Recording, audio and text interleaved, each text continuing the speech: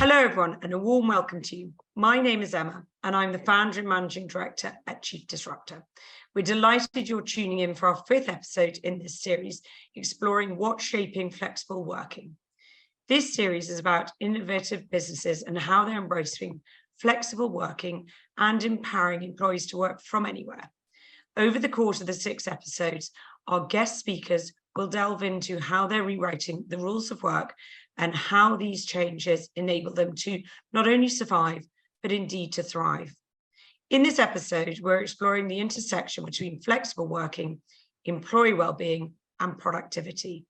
We'll be delving into brand new research on what makes an engaged, happy, and productive workforce. And we'll be discussing how it has changed since the widespread adoption of remote working. Joining me to delve into this topic is Dr. Candice Schaefer. Candice has a unique perspective on workplace wellbeing programs as a licensed psychologist. She is a highly sought-after speaker and thought leader, teaching both employees and employers strategies for building resilience, preventing burnout, and employing the wellbeing experience. Candice was previously the global head of employee wellness at Twitter and is now the head of employee health and performance at Spring Health. Candice, welcome. It's fantastic to have you with us today. Thank you so much for having me. Thank you. So we're going to start for part one, looking at the new world of work. As the global head of employee wellness at Twitter, you blazed a new path for employee wellness programming. What did this entail? So it entailed a lot of different steps. I would say the first step, though, is assessing the organization. And I think any kind of good wellness professional knows we can't always do the same cookie cutter programs for each organization. So it really is about coming in, especially in those first 90 days, and really trying to understand the organization and where its challenges as well as its strengths are. And then after, doing that assessment, really kind of aligning with leaders and really thinking about what's going to be the most impactful work. I hate to say it, but a lot of times wellness professionals are usually running short-staffed or they have only a few people on the team. So you really have to think about what is the most impactful work that you can do throughout the year internally. And so for me, I had been at Twitter for about 9 months, and then 2020 pandemic hit.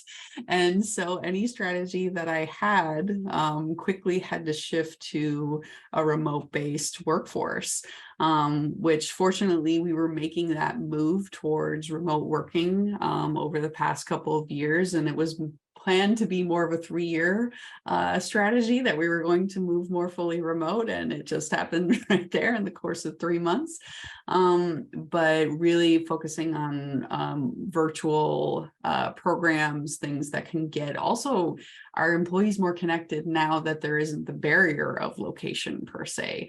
Maybe there is a barrier with time zone differences, but how can we even get our employees more connected through virtual means and offering that space? And then finally, just in terms of creating that new path, I came into this as a psychologist, as a clinical psychologist, which I think is a little bit different. Really trying to think about what programs make sense from a developmental perspective, and really thinking about the health and well-being of our employees from that particular lens. I think has maybe challenge the way that I think a lot of traditional well-being programs are done. And I didn't have a playbook. I wasn't taught in the traditional kind of well-being methodology. I just created interventions that made sense with what I was seeing in the organization. Thank you so much. So how did you adapt your approach to employee wellness after the requirements to work from home actually really became mandatory? What was it, a very quick thing that you need to do in those 3 months? How did you make that work?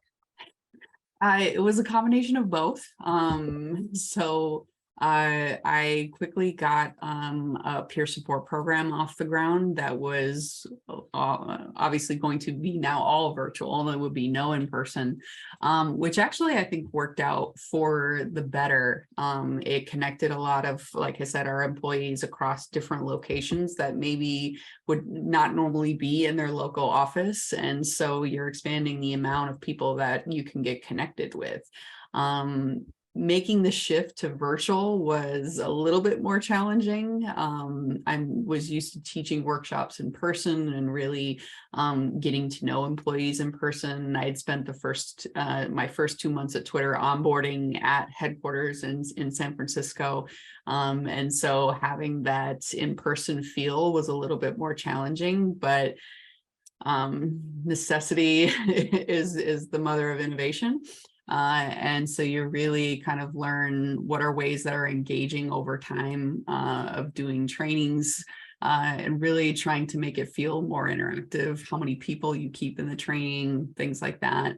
And then really just trying to use being remote first as an advantage, not as a disadvantage. I think many employers came into the pandemic really panicked, obviously, but also I can't see my employees in person. We don't have our in-person culture anymore. What is our culture then as a company?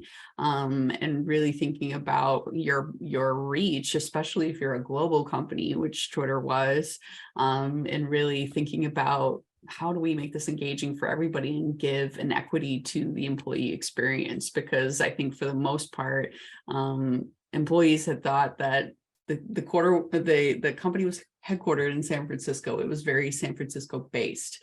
That was the center of the universe, and everyone else works around the center of the universe. And so really being able to shift that mentality, I think, helped. But at the same time, over the course of the pandemic happening, you see a lot of new well-being issues pop out. For example, I think loneliness was a really big one, especially for, we have a younger population of employees at Twitter that don't have families yet, or are not married yet, don't live with anybody. We're living in big cities like New York, Tokyo, Singapore, that space is very tight where they were living. They were maybe living in a one-bedroom apartment or a studio apartment, and they were confined to that space 24/7. And there's a certain mental exhaustion that came with that, in addition to loneliness. So it was a lot of how can we create more social connection, social well-being, really putting that into focus. And then looking at increased risk for burnout because we could not leave our houses. What do we do with our boredom? And for a lot of people, that was, I'll just keep working. No, don't keep working. What could we do as a company then to provide more activities, more programs, things that helped promote activities outside of work? And we certainly saw that too when we went into that really tough time in early 2020. Members saying, actually, you've become a conduit for us to feel sort of sane to a certain extent, and really tough. Even sort of those that would have said, I'm happy to take on anything, suddenly feeling, as you say, very confined to their homes, often in the big cities or very remote, out in the countryside, wherever it may be, and not feeling digitally enabled. So some really testing times. We've obviously been through one of the most profound switches in how we work in centuries. What do you think would be some of the key insights that you learned about employee wellness during this time, beyond burnout, which is obviously such a fundamental aspect? I think what I have found most fascinating from a psychological perspective is seeing this is almost like a great pause where people were really able to step back and think about what role work plays in their life. And is it something that they want to continue doing, or do they want to change things up or do something differently? And so over the course of time since the pandemic, we've looked at global trends in employee engagement, and it's gone down to a certain degree because people, I think, are coming to an understanding of, do I want work to be my everything?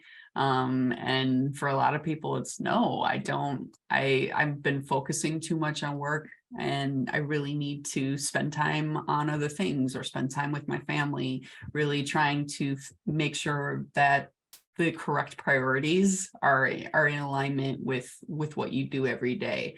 So I think that's probably one of the biggest insights that I've learned, but also that flexibility is way more important than anything. It can be even more important than compensation. I think for a long time, employers thought that the person who offers the most money to a candidate will win that candidate. And the pandemic has come to show that even afterwards, when we've changed our ways of working, that people will oftentimes care far more about that than how much they're paid. People really want autonomy, they want flexibility, and they want to work when it makes sense for them and where it makes sense for them. And then finally, I'll just say, like, the shift of the importance to mental health has been accelerated times 1,000 since the pandemic. And in a way, I'm grateful for that, because I think mental health has not received the attention that it should. And while I hate to say that we needed an event like this to show its relevance and importance, I think it's getting a lot more attention. Employers are adding serious benefits that will help people get connected to therapists, and also looking more on that proactive side. Thank you so much. And we see some really terrifying stats, don't we, of all age groups when it comes to that, and some very simple, serious implications for employees, their friends, their families, and so on. It's a very, very big concern, and something we need to all try and address together.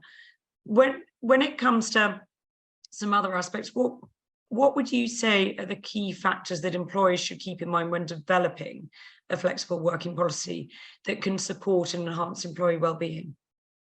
The first thing I would say is don't think about it as a loss. I think employers were panicking at the beginning of the pandemic and throughout, because they did not know what their employees were doing at all times of the day and how they were doing. And we're thinking about it more as a loss from their culture as well.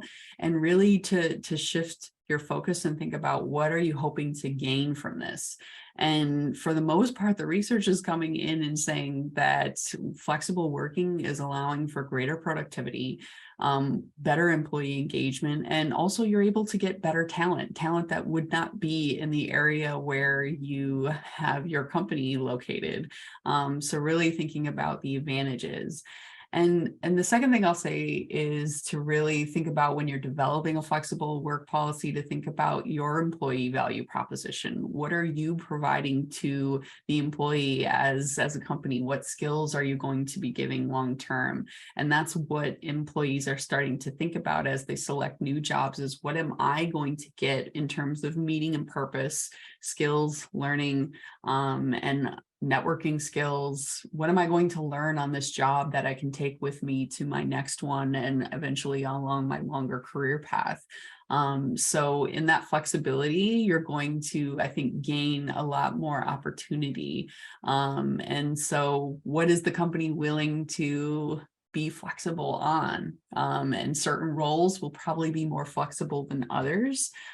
So just really in thinking about equitable experiences, but understanding and emphasizing with your employees that they won't be equal experiences, but our goal is to be equitable, and kind of noting that difference. And that's a tough one, isn't it, to get that right? It is. So I'd love to delve into the sort of link between employee well-being and productivity and flexibility. You brought some of those themes up already, but to really sort of bring that link of three together.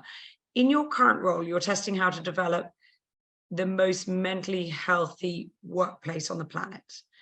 And what have you learned so far, and how can employers put these learnings into practice? Yes, we are. I'm learning so much. And I would say the first thing is to make sure that you really define what mentally healthy means for your company.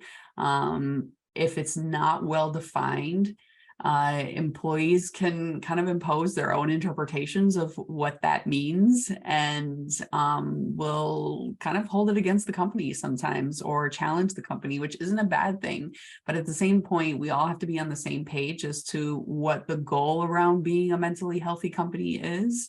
For some employees, I think that means that they'll have a stress-free workplace.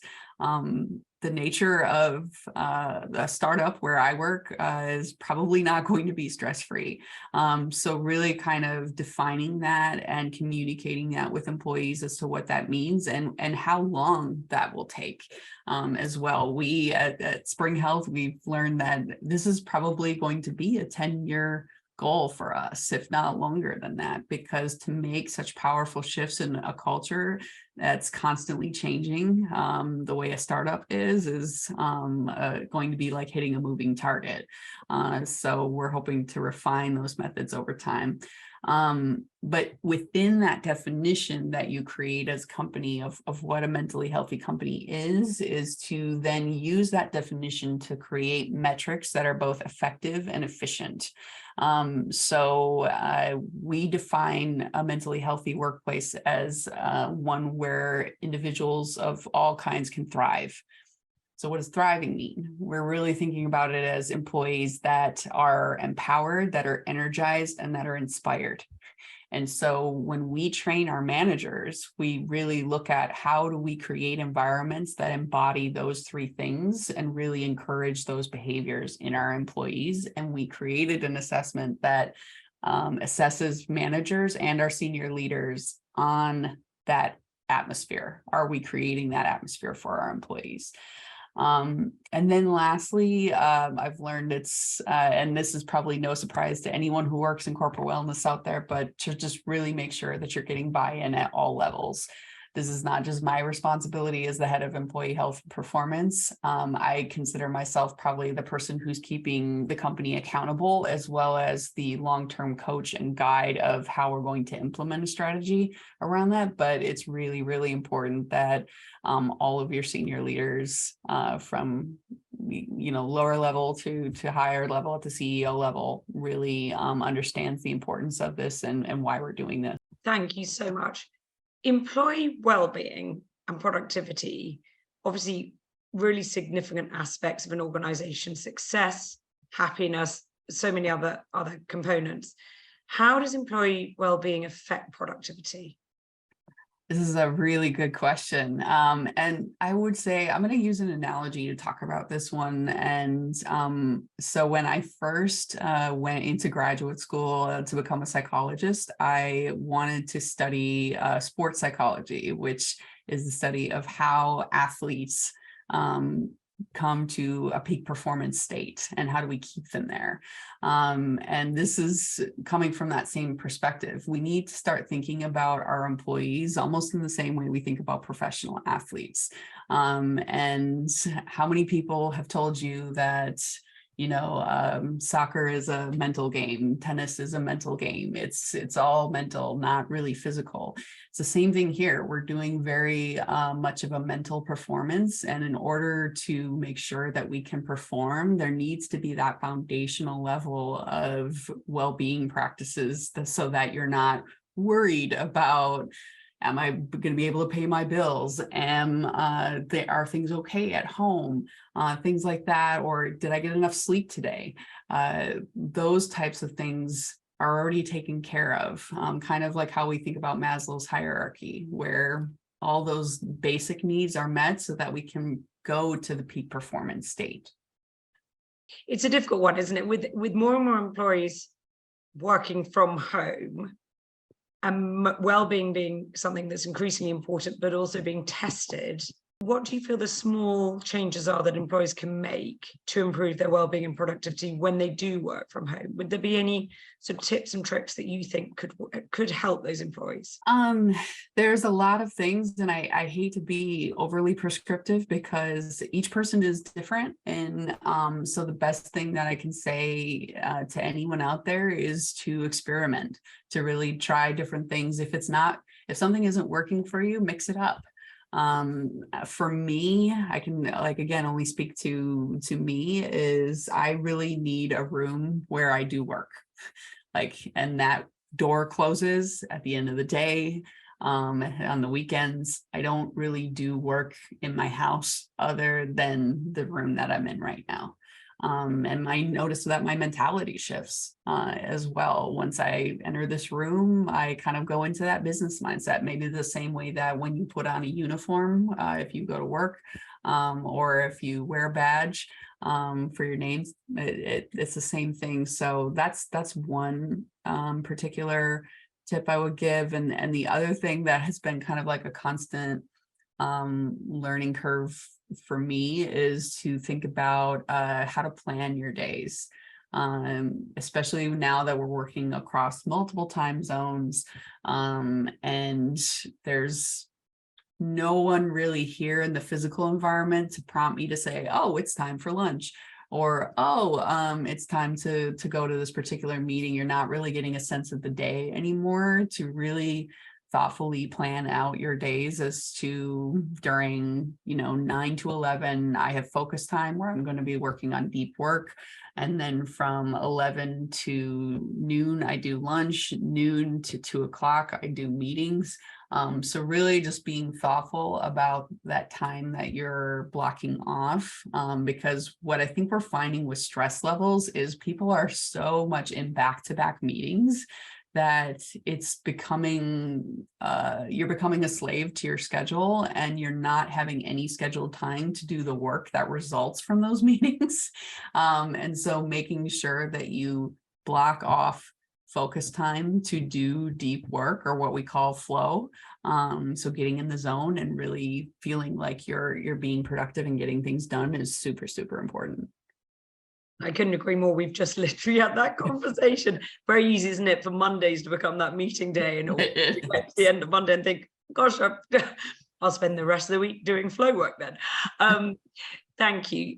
Part 3 of what I was really keen to chat to you about was the future of work and well-being. So obviously, significant amount of press on this in terms of Twitter having new CEO Elon Musk, and him recently telling executives that they could only work from home after completing 40 hours of work a week in the office. What's your view on this approach? 40 hours a week in an office before you can actually work from home? It's not for everybody, to say the least. I think you're going to ultimately result in a company that is not as diverse as you need for innovation. I think you're going to attract a certain kind of person, and unfortunately, you're going to miss a lot of great talent because of the confines you're putting around that flexibility. And you have the competition of the job market itself. Other employers are far more willing to offer this. And so you're, again, like I said before, people care more now about flexibility sometimes than compensation. And so who are you going to lose? And are you willing to accept that loss based on this type of rule? And I also think a lot of people see these rules where you have to be in the office X amount of days a week as a form of an employer controlling them.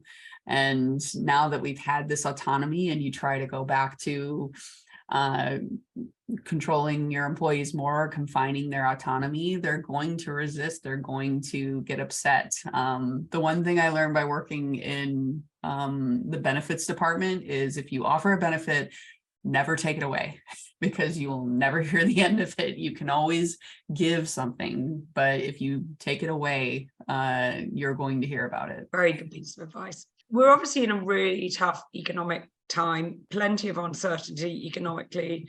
Investment into wellbeing programs can often be subject to cutbacks at that point. In what ways do you feel employees can support remote workers in the ways that are effective and cost effective? And also, what role do you think technology plays in that? My thoughts on this is we are seeing kind of a steep economic downturn, and I think employers are being far more cautious and cutting budgets.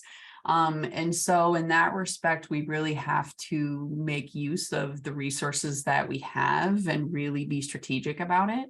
And so most, I think, employers do some form of an engagement survey with employees. And so being really strategic about the questions that you're asking, and then what strategy you develop for 2023 based on how employees have responded to those questions, and really thinking about cost and impact.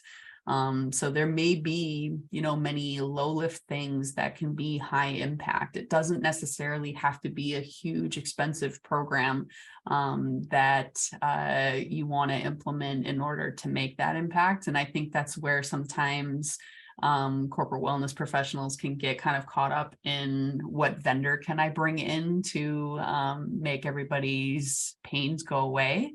It can also be grassroots driven, just really from within. It takes a little bit more effort and it can be a few more sleepless nights because you're carrying that weight yourself. But I would say then if you are deciding to carry that weight, to eliminate other programs that maybe do not have as high of impact, and really thinking about prioritizing what will get the most out of the resources that you have available. Thank you so much.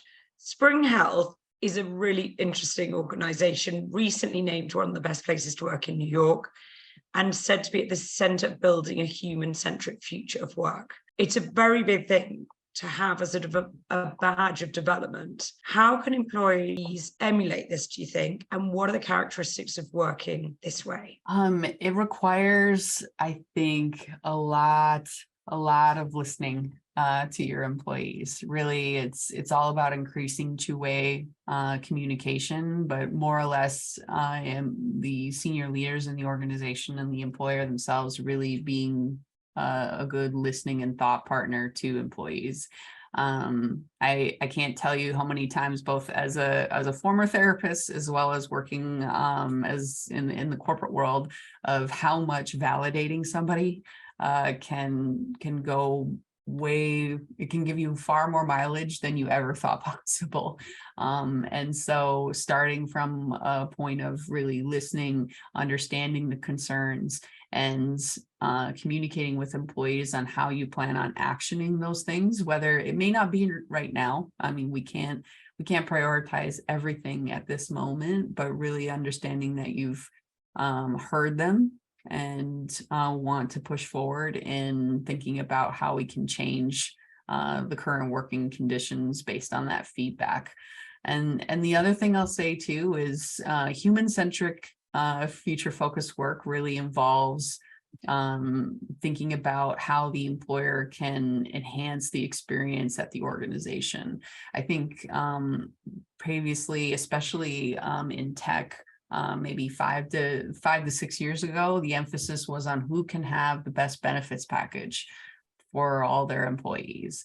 And now recognizing, again, that's putting onus on the individual to use those benefits to maximize their well-being. And we're not looking at what the organization is doing as a whole to relieve stress points within the organization. I think a big one in particular in tech companies, and Spring Health is no stranger to this, is tech debt. And really thinking about the infrastructures that you've created and now they need to be cleaned up.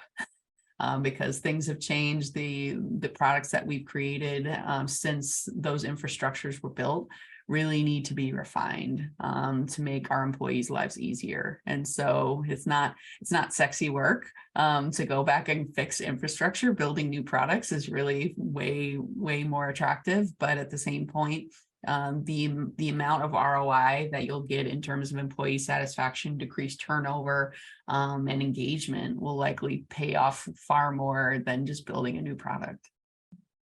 Thank you. Definitely something that strikes closer to home as well. We're nearly out of time. Thank you so much for your insights. Before we finish up, though, I'd love to do a quick fire round. I think you have so much experience and knowledge and things that you could be sharing. I'd love to understand what you think the trend is that is going to have the biggest impact on your business in 2023. I think the biggest trend is now going to shift from where we work to when we work. And really thinking about what are people's optimal times for when they're the most productive. And it's different for everybody. Some people are night owls, some people like working very early in the day. So how can we accommodate those individuals? I love that one. That's brilliant. And certainly we've seen team members that have been on very different time zones over the years and so on. Sometimes they've really given that booster to the rest of us who then came online later. So there's all, as you say, we need to listen and learn and adapt to friends, families, and other environments that we all have around our lives. So thank you. What would be your go-to career advice? Try not to get too attached to one outcome. I think some people go into their careers wanting a specific position, a specific goal.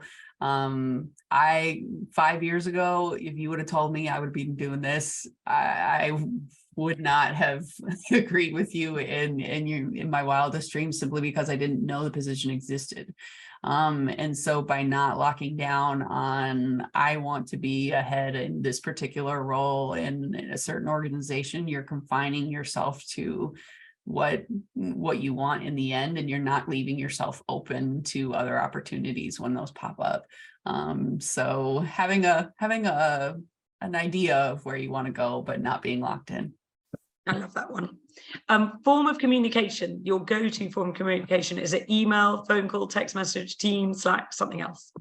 It's usually Slack. I like being able to type. Texting on a phone is a little bit more heavy lifting for me.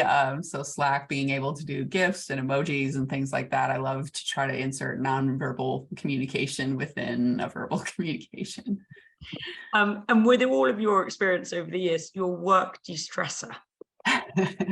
My husband will tell you, I have a hot tub that I have outside in my backyard. I live in Seattle, and so on heavy days or on Fridays at 5 o'clock, you will find me right in my hot tub with maybe a glass of alcohol maybe or a favorite beverage of some kind, just trying to relax and de-stress.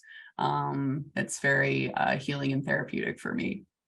I love that. That's wonderful. It doesn't really matter on the drink at that stage, does it? It's just being in a different environment. No, that's wonderful. Thank you. It's been such a fascinating discussion, really, really insightful, and also some real tips and tricks that I think others can learn from. But as you said, to be making those significant changes, that you are on that 10-year plan, says how significant it is, and the changes we really have to embrace, take on board, and really go on that journey, both culturally and individually. A massive thank you to everyone who's been watching. If you have any thoughts or questions, please do reach out to us at Chief Disruptor or to our partner GoTo for more information on any aspect of the discussion. And be sure to catch up on more episodes in this series on the trends shaping the future of flexible work. So once again, thank you so much indeed for joining us, and have a great rest of your day.